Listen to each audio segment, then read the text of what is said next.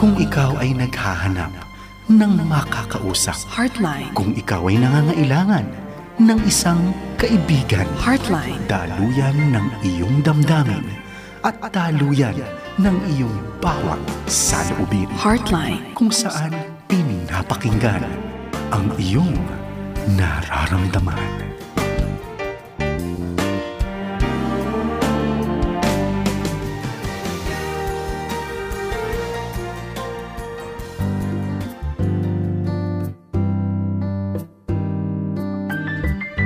At kayo po'y nakikinig ng Heartline kung saan pinapakinggan ang iyong nararamdaman.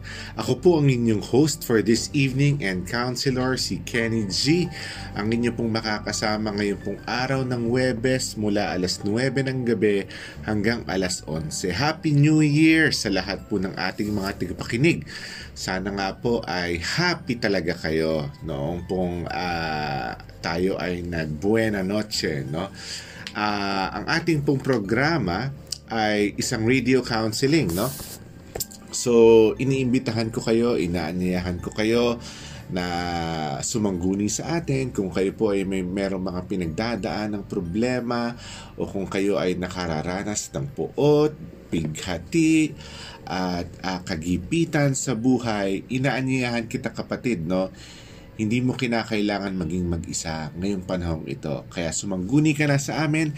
Ang aming mga numero ay 0916-296-6620 at 0961-784-9351. Ulitin ko lamang po kung nais po ninyo magpadala ng inyong pong mga problema o ng inyong mga istorya o komento. Ang aming pong text numbers ay ang mga sumusunod: 0916-296-6620 at 0961-784-9351. And of course, kapatid, kung ikaw naman ay aktibo online, pwede ka magpadala ng iyong mensahe sa amin sa pamamagitan ng Facebook. Hanapin mo lamang sa iyong search bar Heartline FEBC at dito makikita mo na ang logo namin na puso. Hindi po tuso, kundi puso. At pwede ka na magpadala ng iyong katanungan sa amin sa pamamagitan ng pagpapadala mo ng iyong komento, or kung nais mo naman na mas pribado ito, pwede kang mag-send ng private message or direct message sa amin para ito ay aming matugunan. Ganoon din, kapatid, no? Magkaroon tayo ng running question for this evening, no? Ngayong gabing ito. Ano ang mga nais mong makamtan ngayong 2022? Okay, ulitin ko lamang po para po sa ating mga gusto mag-participate sa ating pong Facebook. Kung wala kayong problema, subalit nais ninyong mapakinggan o nais ninyong makapagbahagi na inyong saloobin, ano ang mga nais mong makamit ngayong 2022? Kaya kapatid, kung ano pang hinihintay mo, magpadala ka na ng iyong komento, no? Ano bang mga nais mong makamit ngayong 2022, no? Maganda po na as we start the year right, no? Magkaroon tayo ng maayos na perspektibo. Ano ba yung goal ko? Ano ba yung goals ng family ko this year? Yan. At syempre, ngayong gabing ito, tayo po ay pinaunlakan na naman ng isa sa mga pinakamatalinong utak sa ating pong counseling department, no, ng Back to the Bible Philippines. Siya po ang aking supervisor, ang aking pong bisor, at isa po sa mga tinitingala ko when it comes to questioning, no, si Counselor Benny Guillermo. Good evening sa iyo, Benny. Good evening sa iyo, Kenny G. At Happy sa New lahat, Year. Happy New Year! At sa lahat ng nakikinig sa atin, gayon din po ang aking pagbati. Maligayang Pasko at manigong bagong taon. Sana po ay naging meaningful ang inyong celebration ng Christmas. At sana rin po excited pa rin po kayo na mangarap, umibig muli, Yun. at magpakita ng kabutihan sa inyong kapwa ngayong darating na bagong taon. Very good, no? Bakit pa ko pinapalo, Ate Benny, nung sinasabi ko na isa sa mga matatalinong counselor? It's awkward for me to hear any praises. But thank you. Thank you for that. So, I appreciate your work and I appreciate when you supervise me, no, sa counseling room. I appreciate that you have this unique mind, no, na and you have this very good memory doon sa mga napag-aralan mo, no? So, Happy New Year sa lahat. Ate Benny, before natin tugunan yung mga naipadalang katanungan sa atin, Ano bang nilook forward mo this year? Ay, napakaganda niyan, ano? Ako, simpleng bagay lang ang aking nululook forward or di kaya nais ipagpatuloy, no? Sa aking practice. Yun ay, if given the opportunity to laugh, I really want to laugh heartily and loudly. Okay. Very inexpensive, no? Very inexpensive. Kasi sa panahon po ngayon, mas rampant po, mas madami po ang ating rason para mag-grieve. And nararapat lang naman na tayo ay mag-grieve. Ano? Kaya nga ang sabi ko, kung ako ay mabibigyan ng opportunity to laugh, I really want to savor the moment. Nais kong damhin ang pagtawa. At kanino o saang lugar mo nakikita ang sarili mo na madalas nararamdaman ang pagtawa? Siyempre, unang-una sa akin. Kay Jed Hison. Jed Hison, what's up? Merry Christmas. Jerome Lagueras. Yan ang mga tao bubojak sa'yo, di ba? Yan yung walang counselor. Walang counselor. Talagang, tawang masaya at natural, masarap lang. Yung natural. Ayan, si Jed Hison, Jerome Lagueras, Kenneth Guillermo. Talaga ba? Hopefully ako din. No? Patuloy ang aking pagtawa kapag nakikita ko yung changes ng aking anak. Okay. Who, by the way, is also your daughter. Sa kabilang banda, Ate Benny, siguro marami rin sa ating mga tagapakinig ngayon may pagnanais ng kagaya sa'yo. Sa kabilang banda, kung may tatanong ko sa'yo, ano naman, Ate Benny, ang humahadlang upang makamit mo ang iyong hinahangad for 2022 or posibleng maging threat for you to be able to express or experience the laughter that you're mentioning a while ago? I think it's not really a threat. Hindi ito antithetical sa aking ninanais. Bagkus nas nagdadagdag ng laman ng aking pagtawa. In our line of work, sa counseling as room, counselors, hindi na bago sa atin na tayo ay nakikita natin, we find ourselves absorbing yung mga bigat ng problema na dinadanas ng ating mga counselee. And depending on the personality of the counselor or yung trait ng counselor, may ibang mga tagasangguni na talagang labis ang kanilang pagdala. Kahit tapos na ang counseling, no matter how long they try to regulate the narratives of their counselees, stay with them in their head, kahit kumakain, That's right. And that's me. That's me. Ganun akong klaseng counselor.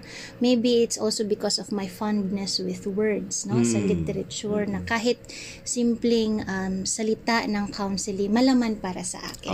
Right? Kaya mo siyang himay-himayin. Himay-himayin. So, when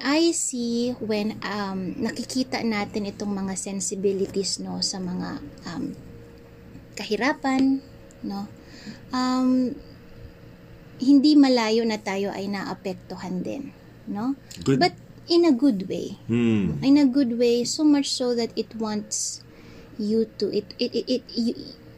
may desire ka.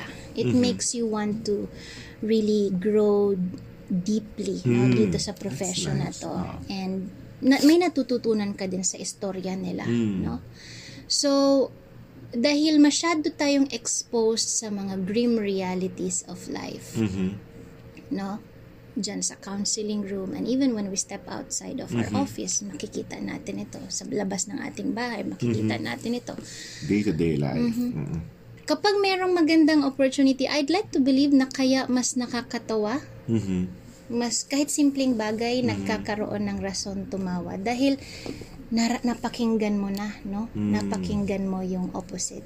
Or napakinggan mo yung nasa kabilang dako, which is the intensity of grief, sadness, the sting of death, pain, and pain.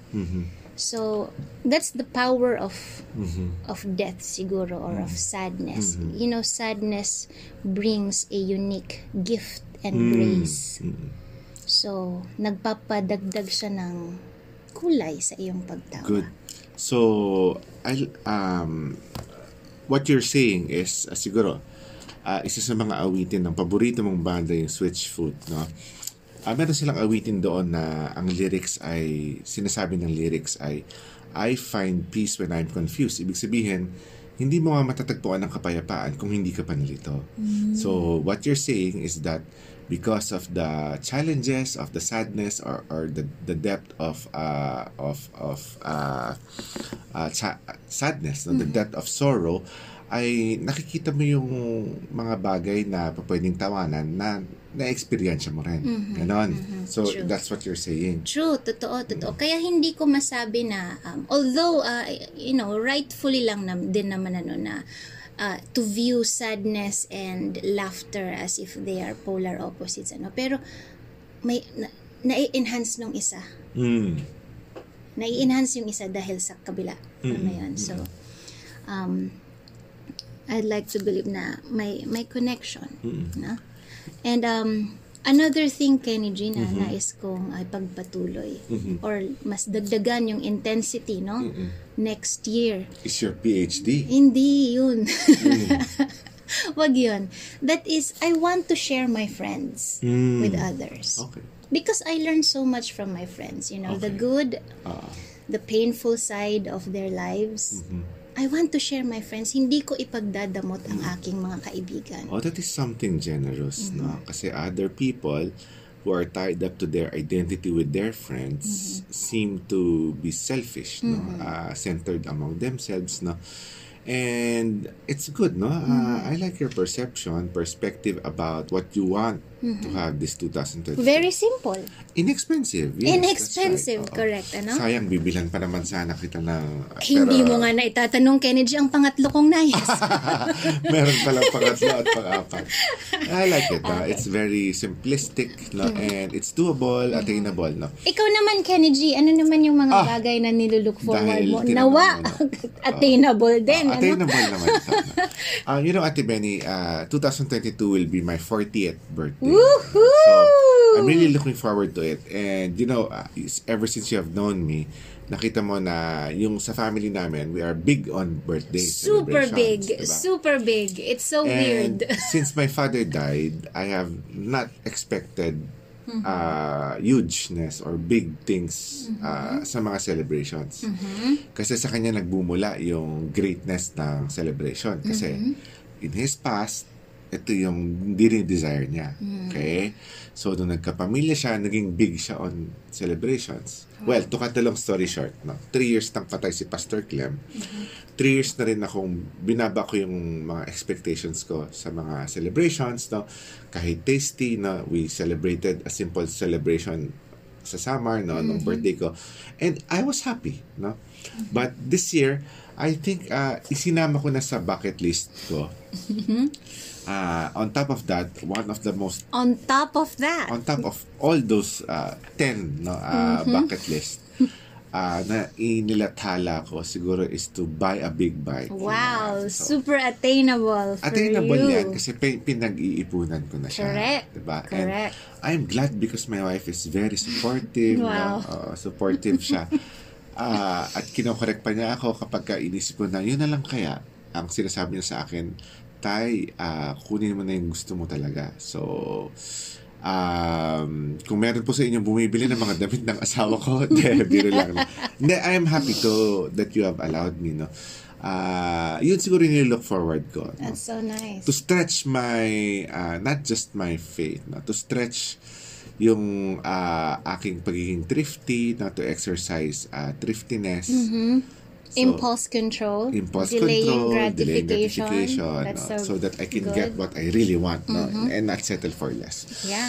So mga kapatid, kayo naman, no? Ano bang mga nililook forward ninyo nitong 2022, no? Ano yung mga hinahangad ninyo ngayong papasok na taon ng 2022? Okay? So anything you want to add? Ako yun muna, motorsiklo, na big bike, no, siguro sumunod na lang yung pamilya ko. Syempre nandoon din yung yung to be able to alam mo, Ate Benny, nung nag-celebrate tayo ng first decade natin as married couple, nandoon na rin yung desire ko to be kind to you at all times, no? I love To that. watch myself, no? Before I would express my emotions, I have to check myself. Is there anything that I can do to be able to show kindness, diba? Kasi kung pa pwede naman piliin ng kindness, diba? Nandoon yung salamin sa kama, nandoon yung libro sa kama, ililigpit ko na naman yung laptop, no? Na habang nanonood siya, tatanggalin ko sa charger. Usually, the usual emotion will be, pak naman itong taong to. Tapos, but right now, it's easy to choose kindness. Yeah, Pwede naman sadyain. absolutely. Oo. Tapos meron pa akong mga negative things. Biro lang. So, yun lang. No? Siguro, 10 years in marriage, you can choose kindness. O pwede pala. Absolutely, pwede pala. Ako naman, isa sa mga marital resolutions ko siguro is I want to be intentional in welcoming you home. That's nice. Gusto ko na tipong pag Because alam, I'm the one who's working outside. yes, correct. Although that might change this coming year, in a few months time. Pero in that case na nasa bahay lang ako and ikaw ay pauwi, I wanna be intentional in really dropping everything. Like, kung ano man yan, watching a Switchfoot video or reading a book or sketching. Or listening to SB18. Or SB19 kasi. Isang kanta pa lang yung alam ko sa kanila. But I want to be intentional in dropping everything and really, settle you in with a warm hug and That's nice. a calming kiss. Okay, that's something that I think I would appreciate, no? Yeah. Very doable. Kaya pala ako yung nagliligpit ng mga gamit kasi you're trying to drop everything. Yes. Okay. That is why. Alright, kapatid, kayo, ano ba ang ninanais ninyo ngayong 2022? Sagutin lang ninyo sa ating comment section upang makakuha tayo ng mga lessons din sa ating mga tagapagtangkilik. Alright, sige Ate Benny. Yes. Punta na tayo sa ating mga questions na naipadala sa atin sa Messenger at sa mga text messages na ipinadala sa atin. Ang unang katanungan natin ngayong December 30, Ate Benny, no? Bago pa man magtapos ang taon, first question is, we have been married for 20 years. God has blessed us with 3 girls. Sadly, hindi kami magkakasundo sa bahay until my wife decided that she wants to separate with me. Aminin ko po na nakapang babae ako 10 years ago, pero hanggang ngayon hindi pa niya ako napapatawad. Nagiging mitsa din ng pag-aaway namin kapag hinahalongkat niya pa ang nakaraan. Ano po ba ang pwede ko pang gawin? Ano po ba ang pwede ko pang gawin? Okay, sige. Siguro nakagawa na siya ng maraming bagay. Maraming bagay. No? Siguro balikan ko lang muna, Kenny G, yung una niyang linyahan. No? Ang ganda ng kanyang pagkapasok when he said, God has blessed us with 3 girls. I did not see that. God has blessed us with 3 girls. Children, no? They are a gift from the Lord. And sa ating mga magulang, this is a question na magandang pag-isipan. Yung marriage din ba natin that welcome these blessings are in itself a blessing to them, no? Gift din ba para sa mga anak natin yung pagsasama natin? Or ito'y isang delubyo, ito'y isang impyerno, or ito ay pagsasama that makes our children wanna say, sana sa ibang pamilya na lang ako. Ano? So, good question yan na dapat pagbulayan, no? And it's sad to say, Ate Benny, ito'y rampant din. Even with Christians. So, at any rate, puntahan natin, bigyan natin diin yung question niya na sabi niya, paano pa kaya yung pwede kong gawin, no? Marami na siya sigurong ginawa, subalit hindi pa rin sila nagkakasundo, okay? At mitsa ng kanilang pag-aaway yung halongkatan ng nakaraan. Particularly, yung affair. Yung affair, referring to the affair that happened 10 years ago. Siguro dito, just taking a risk here, Kenny G, maigi pa rin kung sila ay papasok sa isang family counseling, pero just taking a risk here, meron tayong tinatawag sa family systems theory na triangles. Okay? Kung saan kapag merong marital conflict or emotional conflict ang dalawang tao sa isang relationship, ang tendency nila to assuage the effects of this conflict is to involve a third party.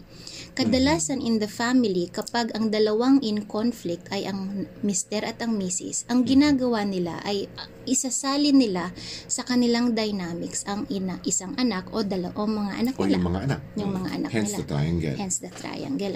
Now, there is a debate as to whether the triangles in family systems really are detrimental or baka naman adaptive at nakakatulong ito sa It could dynamics be, ng yeah. family. So, this is where I think the family or the triangle is helpful. Nagiging helpful ang mechanism of triangle kung ang third party, which in this case the children, become mediators para doon sa taong in conflict to really face and respond to the conflict. Hindi yung diniditor sila at hindi yung tipong natatakpan yung totoong conflict. Okay? So, dahil sa ating texter, ang sabi niya, blessing naman talaga sa kanila yung kanilang mga anak, might as well, let's use it in its purest sense. Maging blessing din sila in a way na hihingi tayo ng tulong sa kanila. No? In a form of asking, mga anak, sa inyong tingin, ano pa kaya yung pwede kong gawin para maayos ang aming pagsasama ng inyong mama? No? Mga anak, sa tingin ninyo, ano pa kaya yung pwede kong baguhin, itigil, simulan gawin, para totoong maging pamilya itong ating relasyon. No? So, let's be open in collaborating with our children because we view them as mediators. Part of the family as well. Part of the family na sila din mismo may alam kung paano magiging maayos ang tratuhan ng mister at misis. Pangalawa, doon sa sinabi niyang hindi pagkakasundo. Natural, Kenny G, na magkakaroon ng pagkakataon na hindi talaga magkakasundo. Right. There will With or always without an affair, merong hindi happens. pagkakasundo. Correct, There will always be conflict, disagreement. But there is this view that I would like to always share, na we grow when there are disagreements. very nice. It is in conflict, it is in pain. That's nice.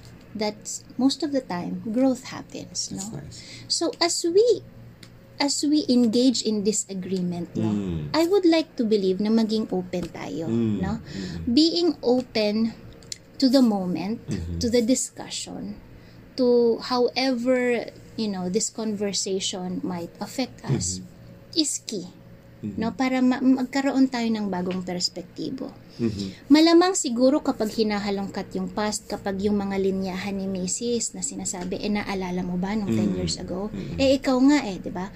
Automatically, meron na tayong defensiveness Correct. na tumataas. Correct. But I would like to encourage our texter na kung talagang willing to leave it all siya in the field just so he can save the marriage, maayos pa ang kanilang marriage. Try to eradicate any association na meron siya kapag nagsasalita yung kanyang wife. When we think of the word past or nakaraan, or when we think of the words 10 years ago, try to check kung ano yung mga association niya doon sa mga salitang yon. And for a moment, iisang tabi niya muna. Kasi baka these associations, mental associations, are what's hindering him from really seeing the heart of the wife. No? Baka kapag i-filter natin or i-put aside or i-suspend natin yung mga alam ko natakbuhan ito. Away na naman to. Kapag i-suspend natin yung mga, baka makita natin yung totoong nais, yung totoong need ng wife. And when we see the real need, we are able to give the real answer. Or be the solution. The real solution to that deep need. Na buried lang under the layers of panunumbalik, pagbabalik, or History 101. No? So, I don't know if makakatulong yun sa inyo, but I would like to suggest 3 things. Collaborate with your 3 girls, no? View them as mediators. Number 2, just be open, no? Just be open. Suspend muna yung mga biases mo, yung defensiveness mo. And if we are to err, let's err on the side of love in the form of humility. Oh, that's really nice. No? So Looks like magpakumbaba you're po reading tayo. a philosophical book. Hindi Okay. naman. Ako naman, Ate Benny, no, siguro, ito yung madalas nakikita natin sa counseling room. Lalo na kapag may affair. We call it blaming, no? Kapag lumalabas yung mga issues in the past na hindi na proseso, issue ng affair, kapag binabalik ni Mrs. o yung tinatawag natin na betrayed spouse, no? Ang ginagawa ng maraming wayward spouse ay pinaka-comfortable sila is to blame others, no? No, hindi naman mangyayari yan kung Hindi diba? mo. Kung hindi mo, no? Siguro kaya tumatagal at humahaba ang damdamin ng isang taong nasaktan sapagkat walang umaangkin ng pagkakamali, no? At dahil sa hindi pag-angkin ng isang taong nangalunya, no, patuloy na hindi natutulungan gumaling ang isang taong nasaktan, di ba? Siguro maganda you acknowledge the wounds that you have created, no? Hindi yung magsasorry ako sa iyo. I would like to mag-apologize ako sa iyo pero last na to, ha. No, it's not as easy as that, 'di ba? I think there is no switch wherein you can just say to your wife, I will buy you a bag, then it's all over. Ang saya siguro Walang ganoon eh, no? If it is kasi depende rin, Ate Benny, sa lalim ng sugat, 'di ba? Dependent ito sa lalim ng tiwala na ibinigay sa iyo, 'di ba? Kaya nga natatraumatize ang mga nangalunya, no, o nasaktan na asawa sapagkat gano'n na lamang ang pag-ibig at tiwalang kanilang iniwan, di ba? I have known a couple, no, na sa counseling session na ang kanyang iniiyak sa kanyang asawa ay tuwing gabing umuwi yung asawa ko, itinitigil ko ang lahat para pagsilbihan siya. So can you just imagine for these people na binitawan nila yung kanilang dream siguro para maging makatulong sa bahay, no, para maranasan ng asawa na siya ay iniibig, di ba? Can you just imagine the trauma na after all ito pa ang mangyayari, tapos isi-segue mo lang yung kanyang hinanakit. Siguro for you to be able to help your spouse heal, not you, no, hindi muna ikaw ang bida, no? Tulungan mo munang maproseso yung asawa mo o makapagproseso ng tama yung asawa mo. Own up, no? Ang ganda ng mga sinabi ni Ate Benny, no? It's not the triangulation, but rather to strengthen or to use the triangle, diba? Na collaborate ka sa mga anak mo. Correct. Ano pa ba yung mga pwedeng gawin ni Daddy na para makapagpatawad, mapatawad ako ni Mami? Ano kaya yung gusto niya, no? Use that, no? Gamitin mo yun as tool, no?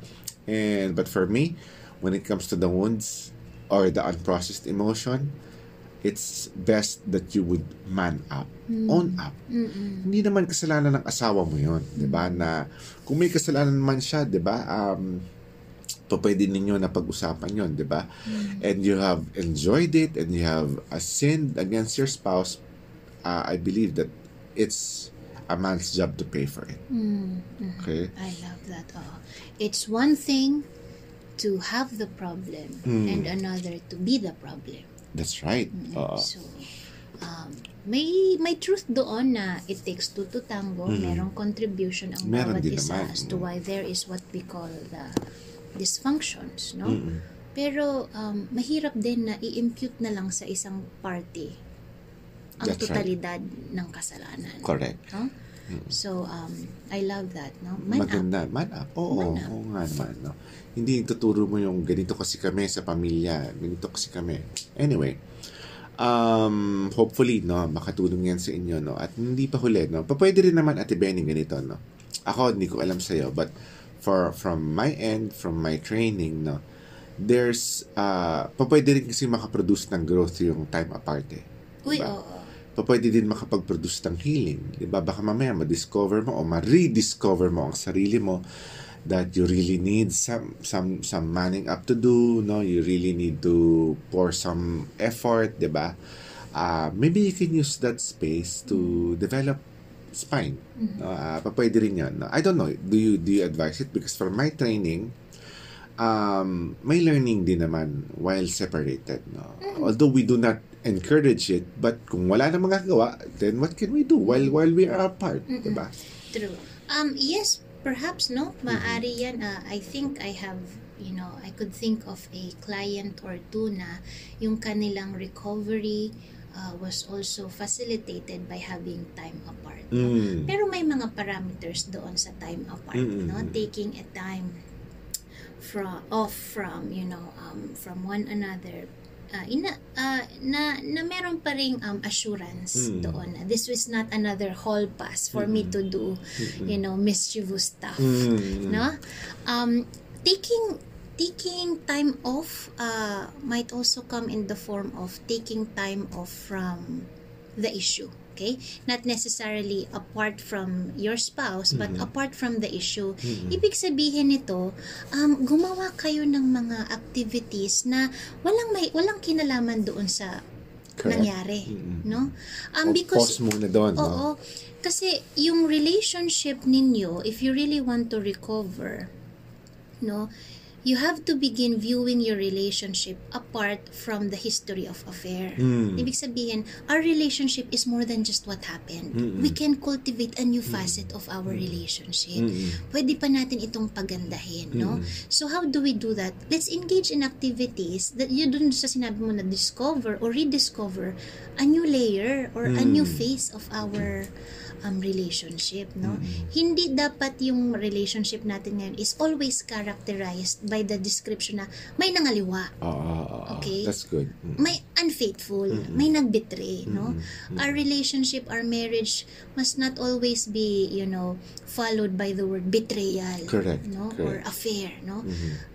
Lagyan pa natin ng ibang aspeto. Of course, no, we are not saying na i-risk din nyo or i-neglect din ninyo yung tinatawag nating recovery. Kailangan po ayan, that's why sa simula pa lang sinuggest natin na talagang mag-go for re-entry or marriage counseling, no. Pero yeah, I mean, meron pa pong ibang aspeto ang inyong pagsasama. Paypayan po natin ito. Good. I-highlight po Good natin one. ito. Good one. So, thank you very much na nagpadala ng katanungan. Hopefully, makatulong sa inyo, no? Lalo na po ngayong 2022, papasok ang panibagong taon, nawa magkaroon kayo ng hope, no? Running question for tonight, ano ang mga nais mong makamtan ngayong papasok na 2022? Share nyo lang sa ating comment section. Another question that we have, Ate Benny, tonight is this. Hello, Merry Christmas. Ako po si Blank. No? Sorry ha, hindi po tayo magbanggit muna ng pangalan. No? Ako po si Blank from US. Yung kapatid ko po sa Manila na ikwento sa akin ng girlfriend niya na nahuli niya na nagsashabu. Mabait po siyang tao, responsible at siya ang gumastos at nagtaguyod sa mother namin. Hindi ko po alam kung papaano ko siya matutulungan. Please help. Okay. Sige. Para po dun sa nagpadala ng kanyang katanungan, addiction really is a cunning disease. Ibig sabihin po niyan, it will not only take the hand but the whole arm. Ibig sabihin, progressive po siya. So, you have to be mindful of that. No? Unfortunately, when it comes to addiction, when it comes to change, meron po tayong stages na tinatawag. No? And hindi pa pwede na madaliin natin yung tao na pumasok ka ng counseling, pumasok ka ng etc. No? Not unless the person really wants to or the family members would want to, pwede natin siya dalhin sa rehab, di po ba? But for the person to holistically heal, no, doon sa kanyang, hindi ko alam kung gaano nakalalim yung kanyang addiction or maybe he's trying, no? Pero para matulungan mo yung kapatid mo, you have to provide a safe space for him. Ibig sabihin nito, kailangan mabigyan mo siya ng isang espasyo kung saan ramdam niya na ligtas siyang magkwento sa iyo, okay? Na hindi niya kinakailangan mag-deny, hindi niya kinakailangan maging defensive sa part mo, no, doon sa nagpadala ng question, yung hindi ka attack ng attack na ikaw pa naman ang inaasahan, ikaw pa naman yung ganito, bakit mong ginawa yan, di ba? And be the safe space that this person can go to. Kasi alam po ninyo, in most cases, no, I have been in a rehab facility in the past, no, and I have observed how they treat clients, no. You know, there is power in safety. Yung ramdam ng tao na accepted siya, ramdam ng tao na hindi siya ginajudge, no. Kapag nararamdaman ito ng mga clients in the rehab facility, they are able to share, no. And it's not the presenting problem that's the real problem. Hindi yung shabu. Malalaman natin kung bakit siya nagshabu. At doon natin siya mainam na matutulungan. Okay? So, there's a process of change. Siguro mahalaga na kausapin mo muna yung kapatid mo, no? Maipaalam mo sa kanya, eto Ate Benny yung sinabi mo last time, no? And I'm always quoting this, no, from you. Yung respectful presence, di ba? Yung nandiyan ka pero respectfully na ipaparamdam mo sa kanya, hindi ito persuasive, no? Hindi nagging, hindi ito irritable na pag di mo ako kinausap, no, ikaw pa naman, no? Hindi siya nakakairita, no? Siguro in the lines na ganito, no? Bro, kung kailangan mo ng kausap, gusto kong malaman mo na nandirito ako para sa'yo, no? Pwede natin pag-usapan kung ano man ang pinagdadaanan mo at hindi kita gagalitan, di ba? And slowly, no, hindi natin siya ipupush, no, na makita niya, no, yung pagkakamali niya, because 100% all addicts know that they are wrong. Alam nila yan, no? Natutunan ko yan sa rehab. Alam ng lahat ng drugista na mali sila. Okay, subalit alamin natin kung bakit nila tinanggap na mali na lang sila, di ba? So let's pull them off of that place, no? And we cannot help them unless they feel safe with us. Okay? Ate Benny, do you want to add anything? I love that. Napaka-crucial din ng role ng sister, no? Oo. At ng girlfriend sa ngayon. Hindi ko nakita yun. Ng kanyang sa sitwasyon ng ating kaibigan. No? So, maganda rin na kung meron kayong mga kaibigan na napagtagumpayan na ang mga ganitong klaseng suliranin, kayo po ay makipag-ugnayan sa kanila para mapalakas din ang inyong loob. We run the risk kapag yung mga ganitong klase, yung mga female members of the family, no? Female members ng family or family members ng ating drug addict, we run the risk of displaying codependency and enabling. That's true. So if you have heard of these words that refer to a certain mechanism that will not be helpful sa ating patient, then I suggest you read through them, no? You read through these materials para magabayan kayo. Ano yung mga ginagawa ko ngayon that enables, no? The drug keeping, the drug taking, at ano yung mga pwede kong baguhin, no? Para hindi magpatuloy. Para hindi na magpatuloy ang ganitong klaseng problematic behavior. So to explain Ate Benny yung enabling, no? Yung enabling kasi Ate Benny, partner siya, no? Hindi mawawala yung codependency kasi kapartner niya ang enabler, di ba? So they always go together, no? Yung codependency is a person's emotion fully dependent on the emotion of other people. So, kapag nagalit yung asawa, meron ka na kaagad automatic or default na emotions. Okay? At in the same way na kapag may action siya, meron ka ng default mode na interpretation. Okay? And ang enabling, pag pumapasok ito sa role ng codependency, ay yung pinanghihintulutan mo na lang gawin ngayon, no? Pinanghihintulutan mo na lang yon at magre-responde ka na lang, no? Bibigay ka na lang ng pera para hindi magalit, 'di ba? Papahiramin mo na lang yung gadget na alam mo naman isasanla niya kaysa magwala siya. Now, not unless somebody from the circle of codependency makes a change, it will always end up in the same result. Okay? Patuloy na mag-e-end up siya in addiction. Hanggat walang taong handang tumayo at manindigan na magbago, no? Hindi lang sa drug addict even the family members, even the environment, nothing will change. Kaya ang Ate Benny, di ba? I like the rehab that I went to. No? Na-rehab ka pala, Kenny G? Kasi doon sa rehab na yan, Ate Benny, hindi lang yung individual or yung addict ang kinakaunselan. Kung hindi, yung family session. Diba? Kasi what good would it do if the person who's an addict would go home to the same environment?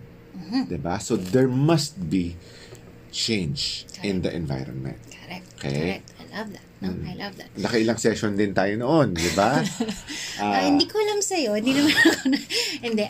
Ito, Kenny G, I just want to point this out, ha. Siguro, naisip ko na to before, pero nakalimutan ko lang dahil medyo matagal na rin. Matagal na rin ang aking karanasan. Sa aking karanasan bilang isang partner ng isang substance abuser, naging karanasan pala bilang isang partner ng isang substance abuser, hindi ko lubos akalain that I also would fall prey doon sa mechanism na denial. Pwede pala, no? Oo. Kahit na-discover ko na, kahit right before my very eyes, nandiyan na yung proof na wow, my partner, my husband, ay talagang may ginagawang kabulastugan. Siguro in the course of time, babalik ako dun sa denial unconsciously. No, parang hindi na siguro gagawin yan. Hindi na. Malabo na. May mga ganong pagkakataon So, ikaw din nagde-deny. The same, kaya dito ko nakikita na codependent nga talaga yung enabler doon sa substance abusing partner. Kasi denial is your top one na mechanism. Correct? Kaya nga sa inyong 12 steps program, accept that we are powerless over the admit we are powerless. Admit, no? Which is the opposite of denial. Correct. So, sa ating texter at sa girlfriend ng iyong kapatid na tinutukoy mo, siguro maging cautious lang kayo kapag kayo ay dinadalaw ng ganoong mechanism. As much as possible pagdating sa ganitong usapin na substance abuse, naku po, mas maigi nang gawin natin lahat kaysa sa mag-deny po tayo. Oo nga. And siguro marami ring factors na nakapagpapaypay dito sa ating addict member of the family. No? We can check on all areas din, 'di ba? Baka naman nalolonely siya, 'di ba? Baka naman he feels left out kasi siya na need to take care sa mother while you are out of the country, 'di ba? Baka he feels the burden, 'di ba? I don't know. Maybe makakatulong ito na sa kanya mo madiskubre, 'di ba? By providing him a safe space na hindi mo siya masisigawan, mapapagalitan, mabubulyawan, no? Masisisi, no? Go to the heart. Go to the heart. All right. Straight from the heart. Ito sabi nga ni Brian Adams, no? So, balik tayo sa ating running question. Ano ang mga nais mong makamtan ngayong papasok ang 2022? Yes! Yan. Baka meron ka, no? Ilagay mo lang sa comment natin. Another question that we have right now at the Ben, siguro this will be our last before we take a break. Question number 3, I am suffering from HIV. Ano ba ang ibig sabihin ng HIV? Immunodeficiency Human virus. Immunodeficiency virus. Okay. Yes. HIV is a sexually transmitted disease. Correct? I am suffering from HIV since 2016. So, 5 years ago. And now that I am a Christian, nagkaroon ako ng desire to have a family. Is it something that you would advise me to pursue? Ako, magandang question ito, Ate Benny. Spirituality at spirituality. Hindi ko lang matatagalogin ko o Englishin ko. Spirituality and psychology. Okay, ako ang unang maipapayo ko, Kenny G, ay first of all, congratulations sa iyong newfound faith. Yeah, we celebrate that. We celebrate that with you. Naniniwala ako na kapag ang isang tao ay, naging in-embrace, no? Yung Christianity, in-embrace yung mga teachings at i-live out yung mga payo ng ating Panginoong Hesukristo, ang buhay ay hindi nagiging madali. Correct. Ba't nagkakaroon ng meaning? Nagiging meaningful That is right. ang ating buhay. Siguro ang una kong maipapayo sa kanya is to go to his or her physician. Hindi natin alam kung ang ating texter ay babae o lalaki. Kaya siguro gano'n na lang ang aking pagnanais na ang texter natin ay bumalik sa kanyang physician. Dahil I do believe merong mga repercussions, may effect kapag nag-decide o halimbawa maging pregnant ang isang HIV positive na babae at ganun din meron ding father to child transmission na tinatawag so ang may papayo ko first and foremost is to go back to your physician and get some professional advice. Ano ang magiging itsura nito, ano ang magiging impact nito, ano ang pwede kong ma-expect kapag ako ay nagkaroon ng or mag-decide to form my own family. Bilang isang pastoral counselors working with the families and marriages, ako I'm pro-family. I am pro-marriage. Yes. And base nga doon sa isang classic book na nababasa ko, originally, at least sa mga Griego, ancient Greeks, and philosophers, yung love daw, it creates. Very good. Love always creates. So, naniniwala din ako na kung ikaw ay magnanais na magkaroon ng pamilya, magkaroon ng anak, in and of itself, maayos yan, So, balit meron ding isang dimension of just love which says that love should do no harm. So, I don't know how you will reconcile this, but for me, ang maipapayo ko is balik ka doon sa iyong physician. Dahil meron din namang mga measures na ngayon para ma-manage yung ating ganitong klaseng illness or condition. So I would suggest go back to a bonus kung Christian yung physician niya, Pwede siyang matulungan din spiritually. Well, ako naman sa larangan naman Ate Benny ng spirituality, siguro you can talk to your pastor, And I have been a discipler for a long time, and I am a pulpit preacher as well. I'm pastoring actually. To me, when it comes to spirituality, Ate Benny, I don't see anything wrong doon sa procreation kasi commandment naman yan. But I would go for survival. Ibig sabihin, if the sickness would, kagaya nga nung sinabi mo, kung makakahawa ito sa ibang tao, hindi din naman blessing ang dulot nitong nais mo, 'di ba? And I strongly believe, doon sa sinasabi ng Bible, that the blessing of the Lord adds trouble to no one. Ibig sabihin, hindi ang iyong pagnanais ang makapaglilikha ng trouble sa ibang tao. And that would cause a stumble to Christianity, di ba? An alternative, Ate Benny, on the top of my head, kasi surface lang yung alam ko sa HIV. Okay, wala akong alam, ilang years ba? Is it different from AIDS? Sorry, I apologize because I have not yet researched on that. Kaya nga yung precondition natin is to go to this, to an expert. But from us as counselors, yung field lang namin is the psychotherapy. So, for me, as a pastor naman din, siguro mapapayo ko, maybe you can surf on alternatives, explore on alternatives. Baka pwede kang makipag-asawa pero hindi makipagtalik, di ba? Baka pwede kang mag-asawa. You ask your physician about it. Baka naman safe kapag mag-condom or any other things that you can do para hindi ka makahawa. Pwedeng ganyan. Pwede kayong mag-adapt.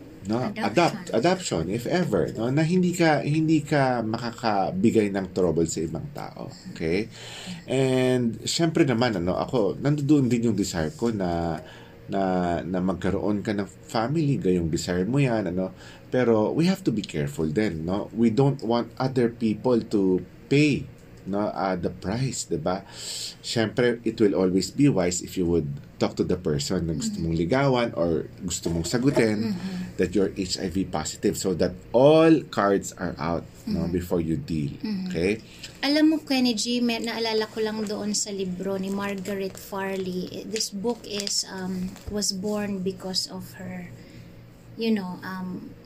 ilang years niya ng pag-aaral ng sexual ethics na tinatawag, no? At meron siyang produce na Christian framework for a sexual ethic. At ang isa sa mga konsepto dito pagdating sa observing fruitfulness, okay? The fruitfulness of a love that respects the worth of the person who is both the beloved and the lover. Ito daw yung klase na nagpo-produce ng fruits. Now, the fruits can be either an offspring or fruits in other areas such as ministry. So, dahil Christian din naman siya, no, maari na kanyang konsepto ng pagkakaroon ng family could come in the form of discipling other people, mentoring, no, given his or her own experience kung saan siya nanggaling, maari maging lesson ito, no, para dun sa mga younger generation. So, that could be another layer or dimension of fruitfulness or procreation na tinatawag as a result of love, no? You engage in discipling, you engage in mentoring and guiding younger generation. Intimacy din yan. Intimacy din yan. So, pwede rin natin gawin yan, ano? So, first, no, sa napag-usapan namin ni Ate Benny is go to your doctor, no? Kasi mahalaga na sa kanya manggagaling, no, kung hanggang saan when it comes to your dream of having a family, what are the repercussions o ano yung magiging cost nito, no, towards your would-be spouse and your would-be children. Isusunod ko na rin pala, Kenny G, doon is yung pagbasa ng mga scholarly articles patungkol sa kanyang klaseng condition. So, punta ka sa Google Scholar, kapatid, hanap ka ng mga articles about... Wag sa Google lang. Wag lang sa Google. Google Scholar. Yan, hanapin mo yan. Kasi dito, research-based Research-based ang kanilang mga pinag-aralan artikulo. At hindi ito popular press na tinatawag article. Na porket masarap pakinggan, masarap basahin. Hindi ganon. Punta ka lang doon sa mga mapagkakatiwalaan na mga scholarly articles na merong sinasabi tungkol sa pag-manage ng ganyang klaseng condition and how it might implicate kapag ikaw ay magnanais na magtayo ng iyong sariling pamilya. And Ate Benny, I like how you started to answer the question, ano, nung sinabi mo na we celebrate with the person, no? Totoo naman, ano, na doon sa kalagayan siguro ng tao na nagpadala ng tanong, doon sa kanyang sitwasyon, doon sa kanyang kondisyon, nakakaligaw talaga, di ba, na lalo na kapag from my little knowledge about HIV is that wala pang cure. From my little knowledge, correct me if I'm wrong. So, talagang nakakaligaw, nakakalito. Just like diabetes, if you have that sickness, diba, walang sagot diba? So, you can just only maintain it, diba? So, nakakaligaw, no? Manage, no? Oo, nakakaligaw siya. Kaya, napakaganda ng pagkakataon na makilala mo ang Diyos, no? And hopefully, no, Ate Benny, from my spiritual journey, once that you know that Christ is all you need, no, you will figure out that Christ is really enough. No? Totoo yun on and on, Ate Benny, sa buhay na marami tayong desires, definitely, no? Pero once that you're centered on the purpose of God in your life, no, hindi naman nawawala yung desire magically, pero nami-minimize ito, no? Na-reorganize din yung purpose natin according sa plans niya sa ating buhay. So, congratulations on your Christianity. I'm happy for you. And hopefully, no, more than the joy is also the challenges ahead. No? Kasi ang madalas, Ate Benny, no, madalas na maling presumption or assumption sa Christianity is that it's all highs, no? Puro matataas, no? I hope that you can, just like Mary, no? I hope that you can sit with the difficulties of Christianity as well. Diba? Siguro magandang kaagapay mo dyan, kaibigan, ay yung mga writings ni Apostol San Pablo, who was also, I think the tradition viewed the Apostle Paul, no, as someone na nag-live as a single individual. Correct. Suriin mo rin kung ang iyong season ba ay maituturing kagaya na Apostol San Pablo, or kung meron mang iba. Meron ding sinasabi dyan si Apostol San Pablo in the book of Corinthians. So sa iyong pagbubulay-bulay, kung talagang the life that was assigned to you by the Lord is of a family man, married person, or single, then I would like for you to devote a big chunk of your time reading Apostle Paul's the Paulinian epistles. Pero hindi natin siya dinidiscourage, no? Just to get it out there, no? We are not discouraging you to start a family, no? Kung yan yung conviction mo nga naman kay Lord, no? But you have to be right, no? It has to start right, no? Na hindi unfair sa mga taong magiging part ng iyong decision, no? So seek professional help from your doctor, and then that's where you should start. Okay? So salamat sa nagpadala ng kanyang katanungan sa pagkakataon pong ito, no? Mag-station break po muna tayo. Subalit sa ating station break, siguro po pwede ninyong pagbulay-bulayan ng ating running question for tonight. Ano ang ninanais ninyong makamit ngayong bagong taon? Yan po, no? Sana ay send lang kayo ng send sa ating mga comment section. Binabati din natin si Ate Noni, no? Nandito kami ngayon sa Subic, sa kanilang lugar. And maraming salamat sa inyo pong pagkup-kup sa amin, no?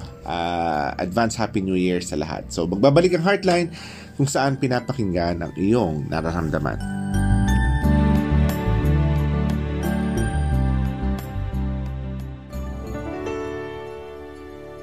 Ang pagkakaroon ng isang relasyon sa ating Panginoong Hesukristo ang pinakamasayang dahilan upang mabuhay sa mundong ito.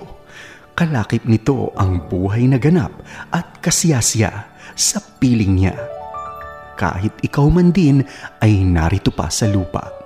Dati-rati walang direksyon ang tinatahak mong landas, subalit nang makilala mo ang Panginoong Hesus, lahat ay nagbago, lahat ay naging bago.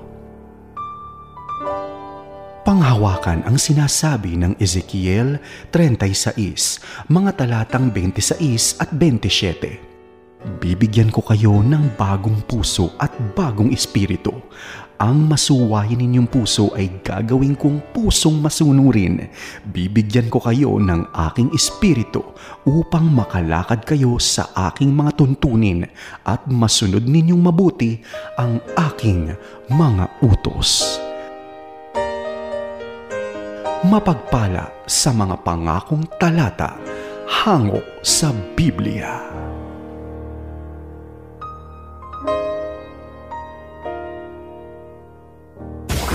Sa ipapawid mula sa Maynila. Ito ang Far East Broadcasting Company Philippines. FEBC. Himpilang 702 DZAM. Agapay ng Sambayanan. Kasapi sa KBP, kapisanan ng mga broadcaster ng Pilipinas. Heartline with Kenny G.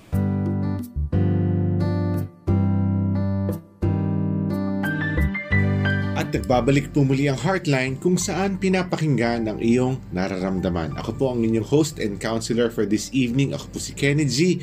Ang inyong pong makakasama mula alas 9 ng gabi hanggang alas 11 ng gabi ngayon pong araw ng Huwebes. Happy New Year to everyone, no? At kasama po natin ngayong gabing ito, syempre ipapakilala ko ang aking may bahay na si Ate Benny. Good evening, Benny. Good evening muli sa iyo, Kenny G, at sa lahat ng ating tagapakinig at tagapanood. Yes, syempre, live tayo sa Facebook, no? Papakinggan nila tayo dito.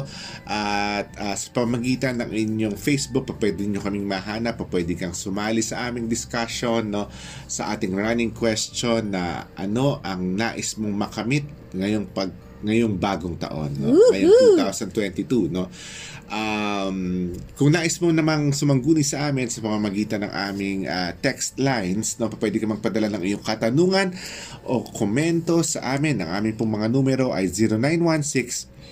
0916-296-6620 at 0961-784-9351. At kagaya ng nabanggit ko kanina, Ate Benny, no, pwede sila magpadala ng kanilang mga katanungan o komento sa Facebook, or pwede sila magpadala ng kanilang direct message sa atin. Ate Benny, going back to the question, baka meron ka pang gustong idagdag. Ano pa ba ang mga hinahangad mo ngayong papasok na panibagong taon? Nako, nais kong kumain ng hindi nagmamadali. Pwede yan. So, hindi yan po pwede sa fast food. Pink. Yung hindi minamadaling pagmuya. Okay. Bubble gum. Pwede. So, ikaw, Kenny G. relax. Siguro ako, isa sa mga nais ko din mangyari ay makapag-explore ng lugar. No? Kasama ka, kung pwedeng makasama yung anak ko, no, maganda yon na makapag-explore. Siguro isa rin sa mga nais kong makamit ngayong pwede yun within the Philippines or out of the country. Kung may mag-iimbita, no, na namimiss ko mag-seminar eh. Alam mo, it might be a surprise, no, para sa iyong pandinig, pero there's a part of me that also misses, that public speaking, no? Yeah. Oo, kasi po sa mga tigapakinig natin, si Ate Benny po ay introvert, no? Nauubos po siya sa harap ng presensya ng maraming tao. Sa kabilang banda, ako naman po parang akong pinapaypayan kapag nasa harap ng maraming tao. So, ang amin nga pong running system sa bahay, as we partner in the ministry, the health ministry, counseling, ang aming pong work system is that I go public while my wife goes private, no, doon sa mga counseling room. Correct. Yan yung strength niya. Ako naman public, no. So namimiss ko mag-public speaking, kasama na dito yung pagdayo natin sa mga lugar, no. So namimiss ko yan, no? Hopefully this coming year 2022 ay maranasan natin ulit yan, you know. So another thing that I am looking forward to this year, syempre yung COVID-free country, Ate Benny. Nakakapagod na, nakakasawa na, no. And you know, from what I have heard in the news, Ate Benny, no, yung ginagamit kasi natin na pangalan sa variants ng COVID-19 ay these are from the Greek alphabet, no, 32 Greek alphabets, no. After the 32 Greek alphabets, papasok na sila sa Cosmos, no, yung pangalan na ng bituin. And ang pangalan ng bituin ay napangalanan, no, ay more than 2,000, no. Oh, Huwag naman my sanang goodness. My point is that wag naman sanang umabot pa sa 2,000 yung variants. Or wag naman sanang maikutan natin ang Greek alphabet bago tayo magkaroon ng cure. I am really looking forward to a face mask free country. Oo. Although, normalizing the use of face mask is, it's also an inviting idea. It's a good practice din. Very polluted yung natin, ang ating hangin, Environment. ang ating environment. But yeah, sana yan ay ang ating patuloy na panalangin. Yes. Na kung hindi man mawala, sana tayo ay magkaroon ng cure. At yan ang wala pa tayo. Ligtas tayo mula sa kapahamakan na dulot ng COVID. So kapatid, kayo naman, ano ba ang ninanais ninyo o hinahangad ninyo ngayong papasok ang 2022? Sana ay may share ninyo, no, sa ating comment section upang mabasa rin naman ang ating mga kapatiran. Binabati ko muna, no, ang ating mga kaibigan, no, Ken Melegrito, Shane T. Melegrito, Pastor Jerome Lagueras, Brian Begiras, Allen Reyes, Direct Jem Reyes, no, si Ansel and Marvin Kimura, no, si Doc Joanna at saka si Omar Cervantes at ang kanyang pamilya, the Tria Couple, no, sila Neo Couple, no, na ating mga kasama sa simbahan. And of course, binabati ko din yung aking church na pinagpapastoran, yung Jesus Above All Names Christian Fellowship sa Marilao, Bulacan. Good evening sa inyo at sa lahat ng taga-subaybay, mga members natin dyan. I've heard so many good things about this, this John CF community. Oo naman, masaya at mainam na komunidad yan. So it's Merry Christmas sa kanila. it's the kind of place that I can plan 5 or 10 years of my life. Wow. Lord willing. Salamat po sa inyo pong pag-welcome kay Kenny G. Sana nga po ay nakakatulong tayo dyan. Anyway, going back, Ate Benny, puntahan na natin yung mga nakapagpadala ng kanilang mga katanungan sa Although napansin ko lang, Kenny Okay. G, doon sa iyong mga sagot sa running question, at pati na rin sa mga sagot ko, yung mga ina-expect ko, hindi kailangan ng gastos. Yung sa akin din, no? Yung sa akin puro gastos. So siguro to up the ante here, baka pwede yung mga kasagutan ng ating mga Pwedeng with mga cost or listeners, without with cost. cost or without cost, but I will be more inspired to hear Experience. kung yung mga nilulook forward na hindi kinakailangan ng Gastos. or kumbaga pwede nang magawa Pwede lang magawa. Doable. Doable. Alright, going back to our question. Ate Benny, ang tanong ay ganito. Yun pong anak ko na babae, 17 years old, sobrang niyang hilig mag-TikTok. Magpakita ng balat sa kanyang mga videos. Hindi ko na siya mapagsabihan kasi sumasagot. Ano po ba ang pwede kong gawin, Pastor? Totoo yan ngayon, no? Common ngayon, no? Common talaga yan ngayon. Siguro tingnan natin kung doon sa katanungan niya. Posible kaya na okay lang na maging mahilig sa TikTok, no? At hindi masamain 'yon. Kasi dalawa yung nakikita natin dito Ano yung problema? Yung pagiging mahilig niya sa TikTok or yung pagpapakita ng balat sa TikTok, no? Meron din naman kasi tayong mga nakikitang tao na okay lang naman madalas mag-TikTok, no? Nakakatawa pa nga yung iba. Nakakatawa, no? So siguro alin doon yung nais mo munang sanggunian? Yung bawasan ba? Hindi na maging malinaw sa'yo. Bawasan ba ang kanyang pagti-TikTok or pwedeng mag-TikTok pero walang pakitaan ng balat? No? Correct. Para hindi naman na si-set off right away ang iyong anak kapag pinupuna mo ito. Alin ba doon sa dalawa, no?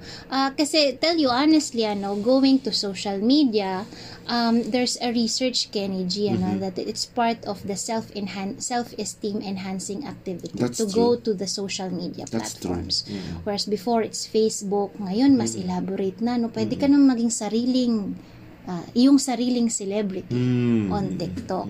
So, maaari na dahil limitado ang kanilang physical or face-to-face interaction kung saan na-express nila ang kanilang individuality or ang kanilang view of themselves, lahat ng tao, kabataan, pumupunta doon sa TikTok, Instagram, Twitter, Facebook, o kung ano man.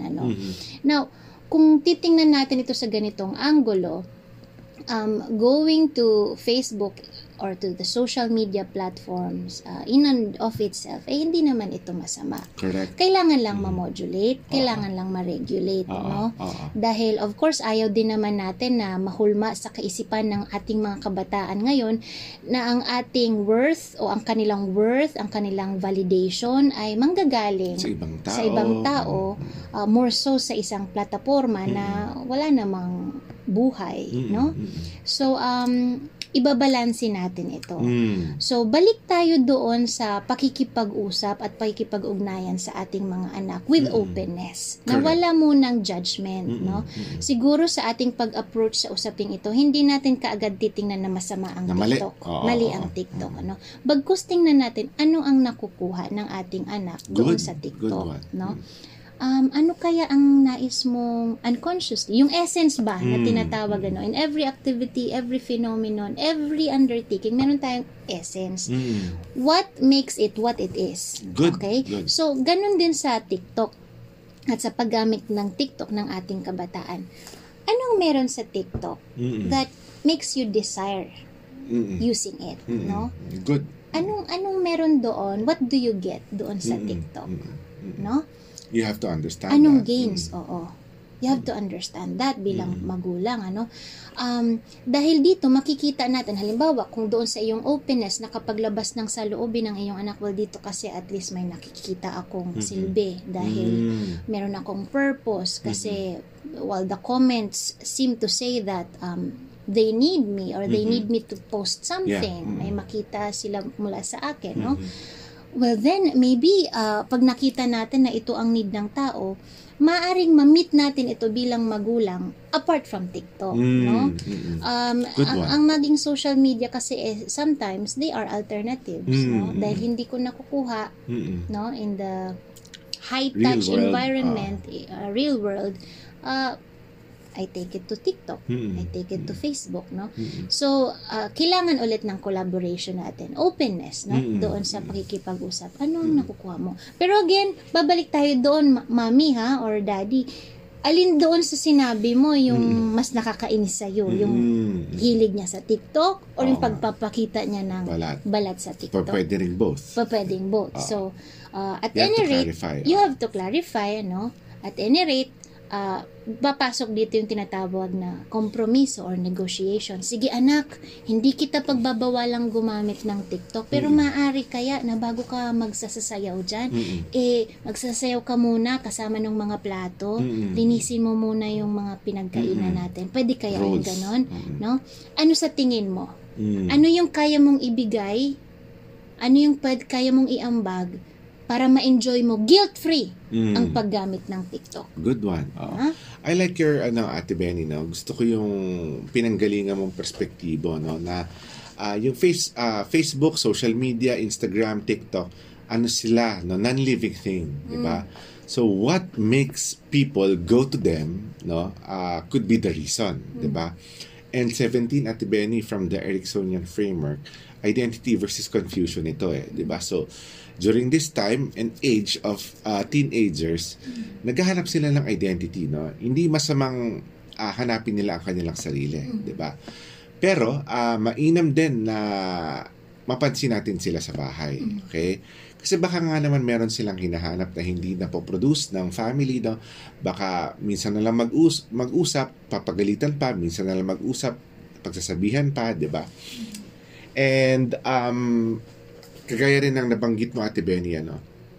As parents, we also have to process, no? Where am I coming from? Where is this feeling coming from? Bakit ako naiinis? Bakit ganito yung pakiramdam ko sa TikTok ba? Or do I want attention from my daughter? Diba? Ano yung totoong nararamdaman mo? Gusto mo bang mapansin ka? Gusto mo bang bigyan ka ng attention? Kasi that could be a reason, diba? Na pwedeng, nawawala na slowly yung daughter ko, no?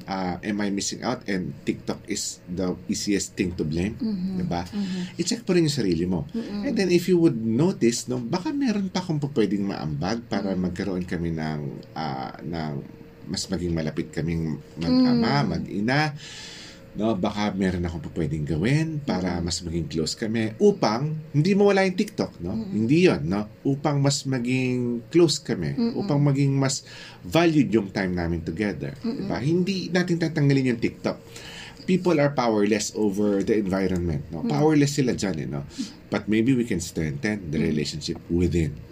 Nakakamulat ng mata, Kenny, yung sinabi mo na ang magulang nangangailangan ng atensyon mula sa bata. Pwede rin, no? diba? Kasi kadalasan pag sinasabi nating attention, usually ito ay kinakailangan ng anak, no? Naghahanap yan ng atensyon, kaya ganyan yung ugali, ganyan yung pamamalakad, ganyan ang kanyang behavior, no? Pero magandang pagbulayan din no, pag-isipan yung ganoong pananaw na bakit kaya galit si mama? No? Bakit na naman kaya galit na naman to sa akin na hindi ko alam? Bakit parang feeling ko aatakihin ako lagi or what have you, no? May attention bang kinakailangan siya, no? So maganda yang ating explore, no? Salamat sa pagmulat ng mata ng ibang mga magulang. Okay. Dyan. So hopefully din, Ate Benny, no, siguro ito yung madalas ko naririnig sa'yo, no, yung binibigyan mo yung pamilya mo ng tinatawag ninyong, no, na galing sa child and adolescent counseling, kagaya mo, na floor time, 'di ba? Yung pagbibigay mo ng oras sa iyong anak sa mga bagay na interesado siya. Hindi yung pamimilit mo ng mga bagay na gusto mo bilang isang magulang, 'di ba? Ano ba yung na-enjoy ng anak mo, 'di ba? Baka kesa pagbawalan, baka maganda na maging parte ka ng mundo niya, 'di ba? Alam po ninyo yung anak po namin, clear sa bahay naman, clear naman tayo, Ate Benny. At the start of ng pagpahintulot natin ng gadget use, clear naman sa atin na hindi pa siya pwede mag-TikTok, no? Kasi may age, 'di ba? May age doon. So, kagabi narinig ko yung anak ko, no? And to be honest with all our listeners, no, na we don't really expose our daughter, 'di ba? Nagkaroon kami ng mag-asawa ng isang talakayan tungkol diyan na she is not comfortable, and she made me realize na it's wiser na let's keep our daughter away from our world, 'di ba? Kasi hindi we don't want to victimize our daughter. We don't want to expose our daughter kasi we are counselors, 'di ba? Baka mamaya magkaroon ng anong tawag dito, yung attachment, yung transference sa amin, yung counseling, tapos malipat sa anak namin, 'di ba? We don't want that. So we protect our daughter. The point here is this, no? At the start, clear na sa amin na hindi magti-TikTok yung anak namin. And clear sa kanya na maging kami wala. No? Meron ako, pero it's for the nature of my work. As a counselor, I just check it. But if you will check my upload, it can take, I bet you, it will take you 10 or 20 years, you will not find anything there. No? That's my promise to all of you. Until later today. No. I use it for work kasi meron ng Back to the Bible na TikTok account. Uy! Na minamonitor at kinakailangan sundan. Yun dapat, yung sundan. Oo. Back to the Bible. Anong handle ng Back to the Bible? Back to the Bible PH. Wow! So, TikTok, no? So, meron tayong part dyan eh. So, dyan na natin nilalabas yung part with Yo, no? Kailangan kasing panoorin. Kaya ako gumawa. So, para sa mga mga kaagapay natin, para nyo na pong awa. Subscribe po kayo doon. No? Life lessons po yung mga tinuturo doon. No? It's not dancing, it's not taking off my clothes. No? Although you can. Although sumagi na sa isip na hindi po. No? We are decent counselors here. No? And mataas yung pinag-aralan namin. Ayaw po naming ma-ban. Anyway, the point here is this, no? To get to the bottom of it, no? As a parent, you can put rules. No? That's right. Rules in the family. Kagaya ni Benny na sinabi niya kanina, may rules. Diba? Na, anak, bago ka mag-TikTok, pwede ba ganito muna, gawin mo muna to, no? Kapag sumagot, anak, kapag hindi mo nagawa yan, pwedeng patayin ko muna yung wifi for 4 hours, diba? Dapat clear yan sa family. Hindi tayo emotionally reactive, diba? Na, nag-TikTok na naman siya, tsaka ako papatayin. Hindi. Maganda, kasi Ate Benny, rules without clarification, no? O yung tinatawag natin na clear rules, no? Rules without clarifications are empty rules, diba? Ibig sabihin, kapag hindi malinaw sa bawat isa, no? Kapag hindi napagsang-ayunan ng bawat isang miyembro ng pamilya, yung rules, yung anak natin, mayroon pa tayong mga pirmahang effect, diba? May Ang nahatulan. Ibig sabihin, clear dapat sa family. Correct. At pag-ambagin po natin ang ating mga anak in setting up our family rules, no? At sa mga rules na isi-set up po natin, kinakausap ko rin po kayo mga anak, no? Sa mga rules na iaambag po natin sa talakayan, pagdating po sa family system, maigi po na lahat po ng rules natin will also point to the common values or core values that our family would like to live by. No? So, halimbawa, uniquely yours, diba? Correct. Hindi no? yung minana mo o sa kapitbahay. Correct, no? So, kung ang iyong values, ang kasama sa inyong values na inyong nais pangatawanan ay halimbawa, modesty or decency, no?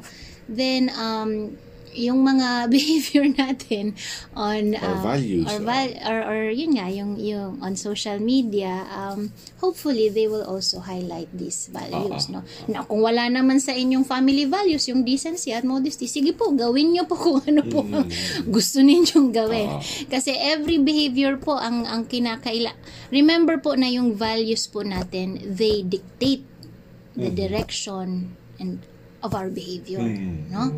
So, maigi po na sa pag-set up po ng ating mga family rules, balikan po natin yung mga sang-ayunan nating mga values na nais nating ipahayag at panghawakan at i-live out. Correct. And the inner most core of the person, Ate Benny, when it comes to values, ang mas malalim dyan, ang mas nakakapaloob dyan ay yung beliefs eh. So, ito ay influensya ng mga magulang. Diba? Whether we like it or not. Okay? Mas mahirap lang talagang sitahin ng anak sa TikTok kung ang magulang din mismo ay nagdi-TikTok. Correct. Kaya nga, Ate Benny, there's this one time na... Modulation talaga. There's this one time na nag-gadget ako, tapos sinabihan ko yung anak ko, anak, tama na ang paggamit ng gadget, no? In English, kasi Englishera yung daughter namin, alta-alta yun eh. So, pero pag galit, pag pinapagalitan namin, Tagalog lang. Bahala ka dyan, itindihin mo yan. Anyway, I was stunned nung sinabi niya na, but why you? So, kagaya ng sinabi mo, Ate Benny, lessons in life are caught, no? Not taught, diba? Mas madaming lessons na buhay na madaling makuha kapag nakita sa atin. correct. Baka naman no, this is just a joke, but maybe, no? Baka naman po, Mami, no, 70 na yung uploads ninyo sa TikTok, tapos pagsasabihan ninyo yung anak din ninyo, diba? Hindi din naman ito, aya-aya. So, be a role model to your kids. So, kung ganun man po ang inyong sitwasyon na pareho po kayo ay nalilibang sa TikTok, maganda siguro na mag-collaborate kayo. No? SB19. SB19. Hindi lamang sa content na ipoproduce ninyo sa TikTok, pero pati na rin sa regulation na sa paggamit nito. Correct. Sige anak, pwede lang ako mag-TikTok anak kapag nahanda ko na yung breakfast at nailigpit ko na rin yung mga kalat ninyo dyan sa kwarto sa inyong desk. Pagkatapos ng Zoom class ninyo at pwede na kayong magmerienda, then pwede na rin ako mag-TikTok. Correct. Kasi naihanda ko na lahat. Ikaw anak, ano ang bag mo? Kumbaga, para guilt-free nga, no? Guilt-free ang ating paggamit ng TikTok. And yung mga sumasagot na anak, meron din silang emotion involved, diba? So, you have to be able to understand where it is coming from. Okay? Next question po natin tonight, Ate Benny. Paano po ba mainam na makapagdisiplina ng anak? Malaki po ang agwat ng 3 kids namin at hindi namin alam mag-asawa ano ang epektibong pagdidisiplina sa kanila. Panganay po namin 19, babae, sumunod 15 na lalaki at ang bunso ay 11, lalaki din.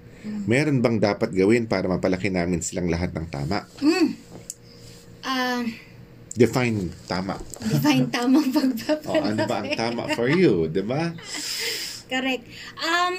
Mahirap nga naman po talaga, no? Dito po natin na nararanasan na iba po talaga, no, ang challenge at responsibility na dulot po ng parenting, ano? Correct. So hindi po talaga anyone who has ever told you that parenting is easy, let alone parenting 3, 4, 5 kids is easy. Naku po, definitely po, yung taong po yan ay hindi pa po parent or inabandona ang pagiging parent.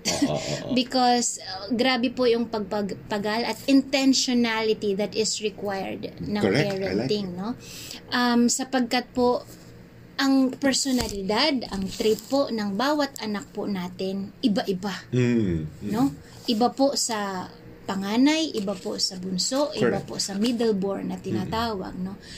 Kaya kung nanaisin po natin nating mga magulang na mabigyan ang bawat isa na dekalidad, na upbringing, no? Talaga pong intentionality is key. No? Kailangan po talaga nating obserbahan yung bawat galawan, yung bawat proclivity, yung bawat interest, no? Ng bawat isang anak. Correct. No? Kasi hindi po natin, unlike cookies, hindi po natin sila ilalagay lang sa isang hulmaan. Correct. Iba-iba That's po a ang good one. hugis nito. So, merong pagpapagal at intentionality na nakapaloob sa pagpe-parent dahil to just observe a child, your child, through floor time, in just 15 minutes, grabe po yung inner tension na nararamdaman ninyo. Yung impatience na minsan mararamdaman ninyo. Yung joy din naman na dulot, no? Ng silence of just watching. Now, think of a lifetime observing not just one, but actually 2, 3, 4, 5 kids.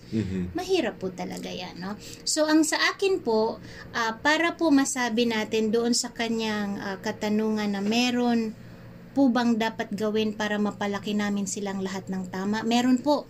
Unang-una po, aralin po natin ang bawat personalidad ng bawat isa. Kasi hindi pare-pareho. Hindi pare-pareho ang kanilang pangangailangan. Hindi rin pare-pareho ang kanilang pag-express ng kanilang pangangailangan at pagpapadama ng akala nila iyong pangangailangan. No? Correct. So, kinakailangan talaga ng individual study. Intentional. Intentional. At dadagdagan ko rin ang isang element of study in that kinakailangan po natin magbasa ng mga parenting books. Hindi lamang po ng mga books dahil, Hindi lang article. Ito, wala po akong nais, patamaan or yurakan. Pero it is a common practice nowadays, especially for millennial parents, or younger generation na, not to generalize, but some are in the habit of just looking at the practices of the celebrity moms and influencers. Kung ano yung nakikita nila sa Instagram ng kanilang mga iniidolo. Dapat ganito ang gawin natin. No? Wala po akong masamang layunin, intention. meron din naman po tayong napupulot sa kanila ng kaalaman. Subalit kung magbabasa po kayo at magiging intentional nga po talaga kayo sa pagpapalaki at pag-aaral ng personalidad ng inyong mga anak or ng inyong pamamaraan ng pag-parent ng inyong, I suggest po mga books that are written by experts, by scholars. Kasi research ito, hindi experience-based, diba? Hindi porket maraming followers ay legitimate na itong technique. Meron din naman po sa mga article na aking mga articles na aking nire-recommend, bagamat research-based, minamatch din po ito nila sa mga common experience, na after all, yung mga research naman nag-bank din naman on the experiences of their participants, no? So, balit ang sinasabi ko lamang po dito is maging intentional po tayo sa pag-aaral ng ating pagpapalaki sa ating mga magulang. Hindi lamang po ng pabara-bara dahil yun po ang nakita natin on social media. Yun po ang prinomote ng ating idolo, no? Punta po tayo, maghanap po tayo ng mga libro na makakatulong po sa atin. Kung ikaw po ay Kristiyano at nais po ninyo ma-instill ang mga godly or Christian values, hanap po kayo ng mga libro na ang sumulat ay ang mga expert in both psychology and theology. Yun po ang aking naging gawain nung ako po ay nagsisimula bilang isang baguhang magulang, no? At ganun din sa aking profession in counseling. Meron po akong suggest na mga libro na matatagpuan sa Back to the Bible bookstore. Correct. No? Kagaya po ni mga libro na isulat ni Grace Chong at isa pang Grace, no? Who is also into I think education psychology, no? At sila po ay mga meron din silang ini-instill na Christian values. So, mga ganito pong uri ng mga libro. Panghuli po siguro na nais kong sabihin, bagamat po iba-iba ang personalidad ng ating mga anak at bagkos nangangailangan ng iba't ibang response, maaari naman po na maging pareho po yung virtue at values na ating nais itaguyod sa ating family. Correct. So maaring iba, yung isang tao, yung panganay ay extrovert, yung middleborn ay introvert, yung bunso ay ambivert, no? Pero sa loob ng ating pamilya, kung gaano ka man makitungo sa tao, Mhm. aloof, or sobrang hayok, Mm-mm. kailangan makakitaan sa iyong pamamaraan, way of doing, and way of being itong mga nasabing values. Correct. That is being kung ano man ang iyong napag-sang-ayunan. Ako, I will go with what you said kanina, Ate Benny, no, na yung pagiging intentional on knowing your kids, no. Truth be told, even in research, Ate Benny, no, there's really no one formula to parenting a child. Wala talagang isang formula na 1, 2, 3, 4, 5 do's and don'ts. There's no such thing, no? But if you know them personally, mas kilala mo sila, no, mas matutuklasan mo kung ano yung epektibong pamamaraan ng pagdidisiplina at ano ang mga hindi epektibong pamamaraan na pwede mong hindi gawin, no? At magagawa mo ito syempre kapag mas kilala mo yung tao. Para sa mga mag-aasawa, pareho din, di ba? Kapag alam ko na magagalit yung asawa ko kapag late ako umuwi o di ako magpapaalam, di ba? Mas kaya kong ayusin yung relasyon kasi alam ko yung hindi niya gusto. In the same way, kapag kilala mo yung anak mo, alam mo na mga simpleng bagay yung gusto niya, alam mo na ganito yung ayaw niya, pwede kang makapagpalaki ng mas magandang relasyon with your child kasi nga kilala mo siya. But gusto ko yung ginamit na word ni Ate Benny, no, yung intentionality natin, no, na makilala yung ating mga anak. So another question, no, for tonight, Ate Benny. Matagal na po akong Kristiyano, subalit ang laking sagabal ng galit ko sa papa ko na inabuso ako sexually noong 12 years old ako. 24 na po ako ngayon. Pero parang mas lalo pa akong nagagalit sa kanya. Sabi ng pastor namin, ipag-pray ko lang daw ito pero hindi ko magawang maalis ang galit. Masama po ba akong tao? You're not a bad person. Coming from a pastor, myself, no, you're not a bad person. No? It's just that hindi ka pa handang magpatawad. Ate Benny, I know this is yours. Marami tayong mga dapat isaalang-alang bilang mga counselor kapag ang nature ng case involves sexual abuse. Oo. No? Sapagkat ito ay sensitive issue. Oo. Lalo na family, no? Family. So marami tayong dapat isaalang-alang. But to answer your question, I wanna say hindi ka masamang tao for not forgiving, no? for feeling that way, For feeling angry. I would highly encourage you to of course it's good that you have your pastors around you, no, na ginagabayan ka na mas maging malapit sa Panginoon sa pamamagitan ng panalangin. But I will also encourage you, no, na makipag-ugnayan sa isang professional counselor para maproseso ang iyong napagdaanan. Siguro nararamdaman mong masama kang tao dahil hindi mo alam paano i-manage ang ganyang pangyayari at ang mga emosyon na lumalabas dahil sa ganong pangyayari. So what the counselors can do for you, can and even do with you, is to help you, to guide you, to facilitate a respectful process ng pag-manage, ng paghilom from that unfortunate experience. So sa ngayon yun talaga ang nais naming i-encourage sa iyo. Makipag-ugnayan ka, kaibigan, sa isang professional counselor, and never lose touch doon sa church community mo, lalo na kung sa tingin mo sila ay nagsisilbing alternative, alternative family sa iyo. Hindi din natin tatanggalin, Ate Benny, yung kahalagahan ng espiritualidad, di ba? In fact, it's research-based na yung spirituality helps a person heal. Totoo naman yan. Even in addiction, yung spirituality nga talaga ang highlight sa 12 steps. Ganun pa man, Ate Benny, we have to understand na may mga pagkakataon na it does not magically come off yung anger natin.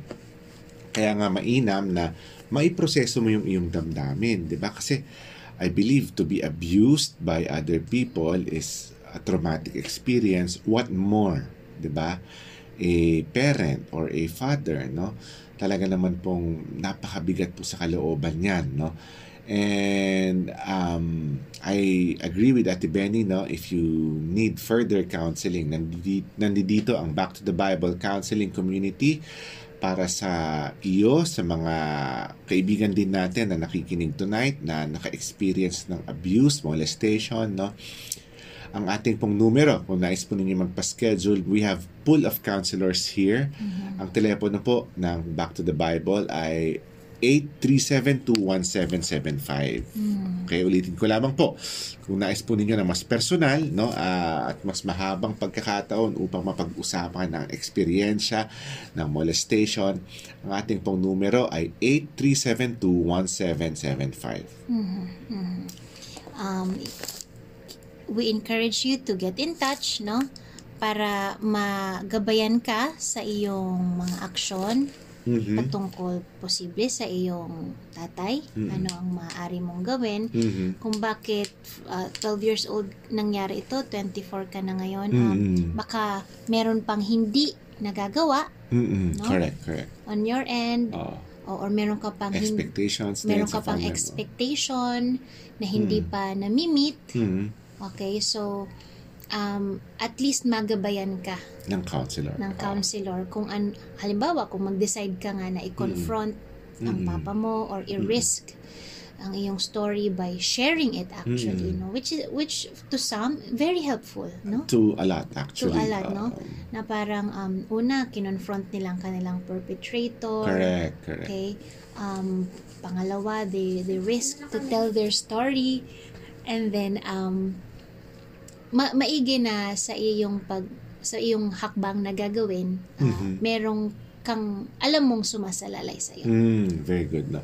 Maganda yan, Ate Benny, no, na siguro din for others, for our listeners, no, ang counseling po ay safe space para sa lahat ng magsasaliksik na sumali o sumangguni dito, no. Ibig sabihin, napakahalaga po ng privacy po ng storya ninyo. Wala pong counselor, no, at least on sa Back to the Bible, I could attest, no, na magbabahagi ng inyong storya, no. And that could be a good help sa inyo. So another question that we have for tonight, Ate Benny, no, paano po ba ako lalalim sa aking pananampalataya? 37 na po ako at kakastart ko pa lang magsaliksik sa Christianity. Okay. So, congratulations, no, na nagsimula ka na magsaliksik sa iyong Christianity, and I believe it's a joyful experience, no? Siguro para lumalim ang iyong pananampalataya sa iyong kagustuhan, no, mainam na magkaroon ka ng tinatawag natin na spiritual disciplines, no? Ito yung mga bagay kagaya ng isang military, kagaya ng isang army, no, na ginagawa araw-araw upang mapagtibay nila ang kanilang mga hanap buhay, ang kanilang mga roles, no? Ganoon din sa ating mga Christians. Hindi tayo magdidepende sa ating mga emosyon lamang. Dahil kumunta tayo ng isang awitin, umiyak tayo, tinaas natin yung ating kamay, solve na tayo sa ating buhay. No? Hindi po ganon ang Christianity. Ang Christianity po ay may works, ang Christianity po ay may actions, no, na kinakailangan. Hindi po ito para sa salvation, kung hindi para sa maturity natin. So ano ba yung mga bagay na pwede natin gawin na maitatawag natin o maikakategorya natin na spiritual disciplines? Una po, yung Bible reading po natin. Di po ba? I highly encourage you to start journaling. Baka naman pa pwede kang magsulat ng iyong journal. Ano ba yung nakita mo? Yung soap. Naalala mo pa ba yung soap, Ate Benny? Yes. What does it? S is for scripture. O is for observation. A is for application. And P is for prayer. Okay, so yung soap method po na ginagawa po o ginagamit ng mga nagjo-journal is for them to be able to enjoy their Bible reading. It's not just parang binasa lang nila ng just like a regular book. Kung hindi, ang gusto ko doon sa soap, may application. Meron siyang gagawin. Sapagkat, Ate Benny, ang belief natin in Christianity ay, ang ending nito ay sa ating mga gawa. Diba? Although, hindi po ito, again, hindi ito usapang salvation, usapan po ito ng paglalim. Pwede po tayong masave even without actions because it is by grace and through faith. Diba? Pero, ang resulta po nito ay actions. Diba, Ate Benny? Correct. Gusto ko yung sinabi mong spiritual discipline. No? Spiritual discipline, mga kaibigan, is necessary for spiritual formation. So if I may just add, Kenny G, doon sa ilan pa sa mga disiplina na maaring simulan ng ating kaibigan or kaagapay, idadagdag ko na doon is the habit of contemplation. Okay, in silence and solitude, no? So silence and solitude kailangan po natin ngayon para lumago po ang ating relationship with Christ, dahil ang dami na pong ingay ngayon. In the morning you wake up, you just open your phone, you already receive mental clutter and noise. So every now and then, schedule a social media detox and prioritize silence and solitude. Or retreat, no? Or retreat, correct. Pangalawa po is to do worship, no? Sing songs of worship, no? This will enliven, enrich your communication with God, your Maker. And the words, no, hopefully are sound that will help you appreciate further the author of love himself, and even appreciate you as the object of God's love. No? Good. Pangatlo, ay alam mo, nadidiscover ko ulit ang joy nito, Kenny G. Nasimulan ko ito nung bata pa ako, but somehow I lost touch, no, doon sa ganitong process. This is called scripture memorization. Oo nga, no? Correct, so, dapat kasi daw, in cognitive behavioral therapy, meron tayong tinatawag na replacing irrational thoughts with rational thoughts. No? Correct. And for me, you know, as a counselor and a Christian at the same time, I would like to believe that some source, no, a good source of rational thoughts about myself is the Bible, no? So if you have a reservoir of biblical texts that is automatically and readily available for when you are feeling down, sad, and depressed, I'd like to believe na hindi ito parang bertud na biglang magbabago. But somehow in cognitive behavioral therapy, there is a belief in fake it till you feel it. No? And neuroscience will also tell you that the more you attach or focus on things that you would like to feel, naturally and eventually, your whole system follows. Good. So, RAS, yung tinatawag natin dito sa part of the brain, na kung ano yung lagi kang exposed to, yun yung nai-imbibe ng system mo. No? So, if I'm feeling down and sad, no? For example, if I'm feeling depressed, okay, know that depression is not, it's a state, it's a condition, and it's not the problem. The way we depress is what makes it a problem. So if I'm feeling depressed, I could still be depressed, but at the same time meditate and cite verses. That's the way I am depressing. Okay? And hopefully my thoughts will follow. My thoughts will follow, my emotions will follow, no? So siguro, yun yung ilan sa mga bagay na gusto kong idagdag. Silence and solitude. Very good. Worship, singing worship, prayer and fasting, if you will. Yeah. And then, scripture memory. And siguro, before we end, no, kung nais mo rin naman magpa-disciple, no, or if you want to join a group, no, inaanyahan kita, kapatid, pumunta ka sa Back to the Bible every Monday, Wednesday, and Friday, and I can talk with you so that I can let you join a victory group. Okay? I'm handling a victory group every Saturday dyan po sa Alimol, Cubao, kung nais po ninyong sumama. Okay? So, Ate Benny, At this point in time, nakakalungkot, subalit ang bilis ng oras pagkasama kita, no? Na-enjoy ko na kasama ka, no? Anyway, Basta kasama kita.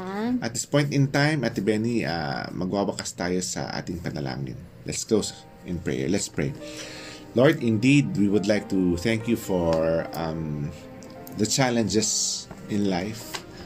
For in these challenges, Panginoon, nakikita po namin yung high need namin for a higher being and yung high need namin for peace and hope, Lord God. Ang prayer ko po, Panginoon, is that as we close this chapter of 2021, may we highlight, may we focus on your goodness, on your kindness towards us and our family members, Lord God. And I pray, Lord God, that despite of all the hardships na naramnasan namin, Panginoon, I pray that 2022, there will be more of you, Lord. Makapag-focus kami sa purpose na inyo pong inilaan para sa amin upang sa ganun, Panginoon Diyos, magkaroon kami ng lakas ng loob at ng kaligayahan sa mga paghihirap na amin pong mararanasan. Lord, I pray, hindi lang po puro challenge, but also pray, Lord God, kung mamarapatin po ninyo, bigyan niyo po kami ng kaligayahan at ng kaayusan sa amin pong mga sarili at sa aming mga pamilya. Maraming pong salamat, O Diyos, and we give you back all the glory and honor. In Jesus' name we pray. Amen and amen. Muli po, sa kabuuan po ng FEBC, ako po si Kenny G. At ako naman po si Benny Cuico Guillermo. Kami po yung nagpapaalam and Happy New Year sa lahat. Muli po kayo po yung nakapakinig ng Heartline kung saan pinapakinggan ang iyong nararamdaman.